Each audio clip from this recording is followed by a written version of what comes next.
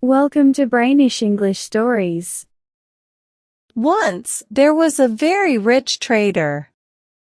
He had 6 kids, 3 sons, and 3 daughters. He was smart and made sure his children got a good education. His daughters were very pretty, especially the youngest one. People admired her when she was little, and they called her Little Beauty. As she grew up, they still called her Beauty, and this made her sisters very jealous. Beauty was not just pretty, she was also kind. The 2 older sisters were proud because they were wealthy. They acted stuck up and didn't want to hang out with other merchants' daughters or anyone who wasn't rich. Every day, they went to parties, balls, shows, concerts, and such.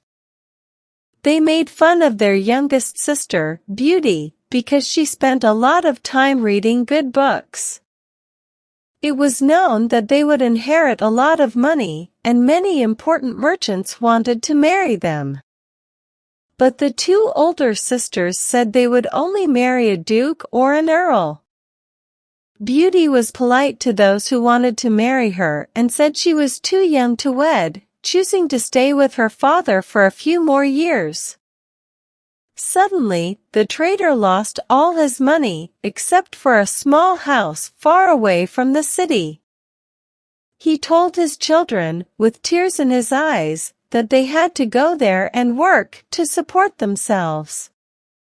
The 2 older sisters refused to leave the town because they had lovers who, they thought, would still want them even without money. However, their lovers abandoned them when they became poor. People said they deserved this because of their pride. Let them go work on the farm and take care of cows. They felt sorry for Beauty, who was kind and friendly to everyone. Many gentlemen would have married her even though she had no money, but she didn't want to leave her poor father. She decided to go with him to the country to take care of him. At first, Beauty was sad about losing her wealth, but she thought, crying won't make things better. I need to find happiness without money. In the country, the trader and his 3 sons worked in the fields. Beauty woke up at 4 in the morning, cleaned the house, and prepared breakfast for the family. It was tough for her at first because she wasn't used to doing housework, but after 2 months, she became stronger and healthier than ever. After finishing her chores, she read, played music, or sang while she spun yarn. In contrast, her 2 sisters didn't know how to spend their time. They woke up at 10 and just wandered around, missing their fancy clothes and friends. They said to each other, "Look at our youngest sister. She's so dull and content in this sad situation." The kind trader, however, thought differently. He knew that Beauty was more beautiful and kind-hearted than her sisters. He admired her hard work, patience, and humility even though her sisters made fun of her and left all the work to her. The family lived in the countryside for about a year when the merchant got a letter saying his ship had safely arrived with his belongings. His 2 older daughters eagerly wanted to return to town, and they asked for fancy things. Beauty, though, only wished for a rose since there were none around. The merchant set out but had legal trouble with his goods, making him poor again. As he was nearing home, he got lost in a forest during a bad storm. The wind was fierce, and it started to snow. Night fell, and he worried about freezing or being eaten by wolves. Suddenly, he saw a palace with lights on. He was relieved and went towards it. The courtyards were empty, and his horse found shelter in a stable. The merchant, wet and cold, found a warm, well-set table in a hall for one person. He sat by the fire, hoping someone from the palace would arrive soon. He waited until it was almost 11, but no one came. Feeling hungry, he ate a chicken quickly and had some wine. Feeling bolder, he explored the palace. In one room, he found a good bed. It was past midnight, so he decided to sleep there. He woke up at 10 the next morning and saw new clothes in place of his old ones. This palace must belong to a kind fairy, he thought. Looking out the window, he saw a beautiful garden. In the hall where he had dinner, he found chocolate ready.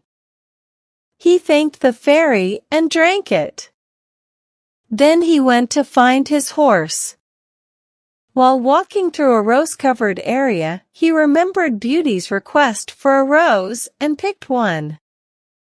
Suddenly, a terrifying beast appeared and accused him of stealing. The beast, whose name was Beast, gave the merchant 15 minutes to prepare and say his prayers. The merchant begged for forgiveness and agreed to return in 3 months. He filled a chest with his favorite things, thinking of his children.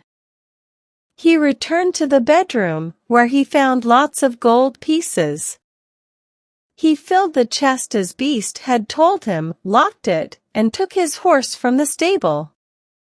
He left the palace with a heavy heart, and the horse led him through the forest. In a few hours, he was back home. His children gathered around him, but instead of being happy, he held up the branch of roses and cried. He told them about his adventure. The 2 older sisters complained and blamed Beauty for their father's predicament, but Beauty didn't cry. She said, "I'll go to the beast to save our father." Her brothers wanted to go and fight the beast, but the merchant knew it was too dangerous. He admired Beauty's brave offer but didn't want to accept it. He was old and didn't have many years left. "I can't let you do it," he said. "I regret this for your sakes only." Beauty insisted on going with her father, and her sisters were secretly happy about it because they were jealous of her good qualities. The merchant forgot about the chest full of gold. But that night, when he was alone in his room, he found the chest beside his bed.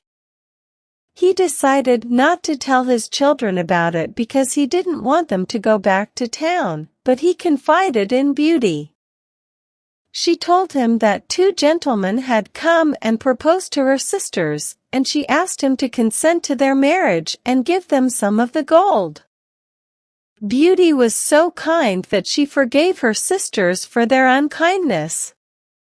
They pretended to cry when they parted, but Beauty was the only one who didn't because she didn't want to make things worse. After that, Beauty and her father headed towards the palace where the beast lived. The horse led them back to the palace, which was brilliantly lit as before. They entered the stable, and the merchant and Beauty found a splendidly set table for 2 in the grand hall. Beauty tried to remain cheerful, thinking, "Beast is trying to fatten me up before eating me." After dinner, they heard a noise, and the merchant, in tears, bade farewell, thinking Beast was coming. Beauty trembled but said she had come willingly.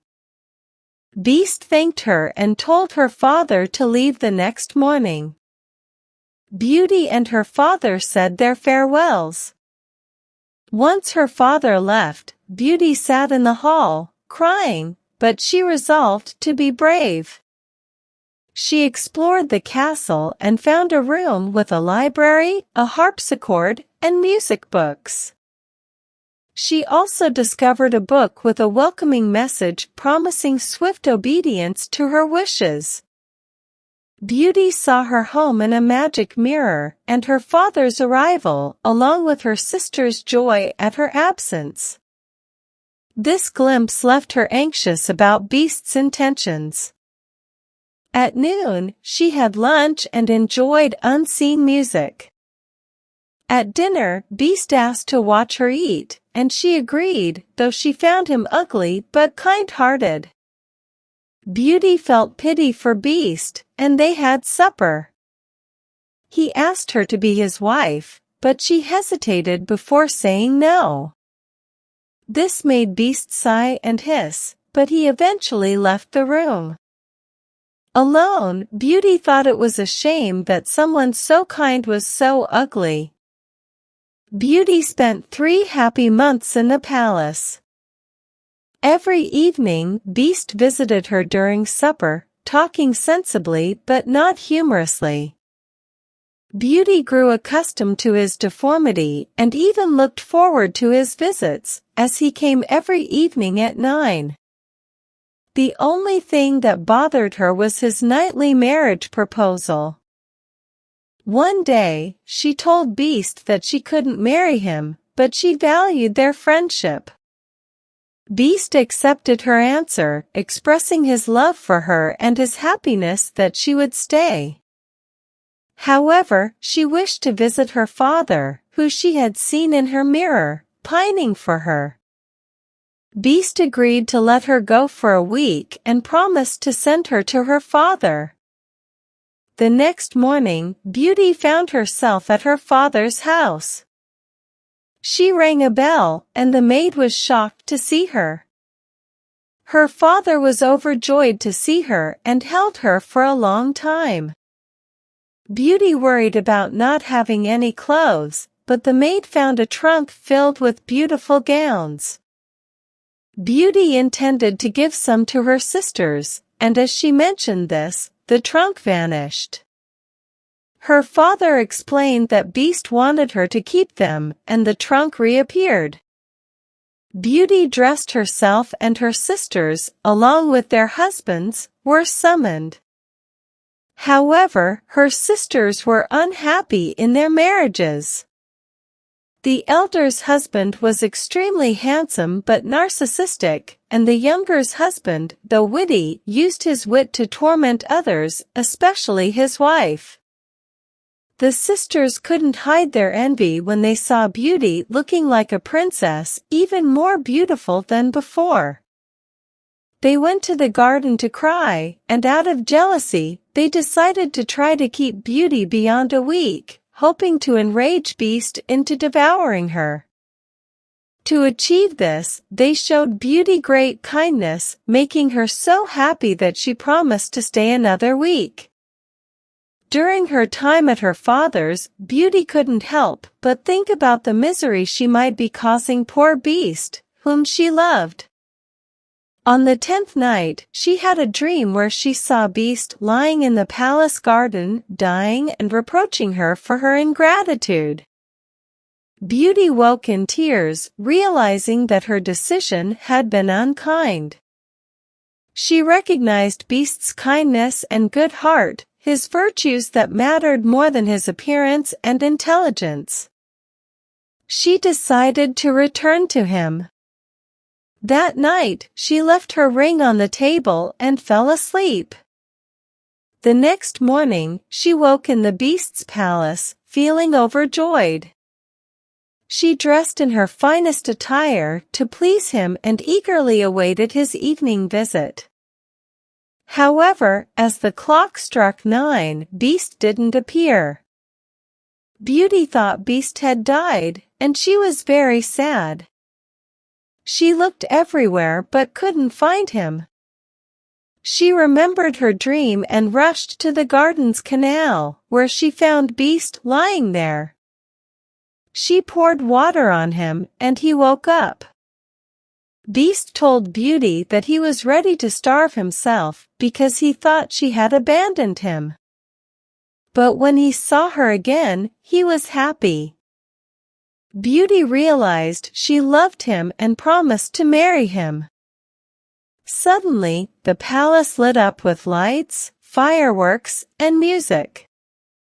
Beauty was worried about Beast, but he had turned into a handsome prince. He explained that a wicked fairy had cursed him to be a beast until a kind maiden agreed to marry him.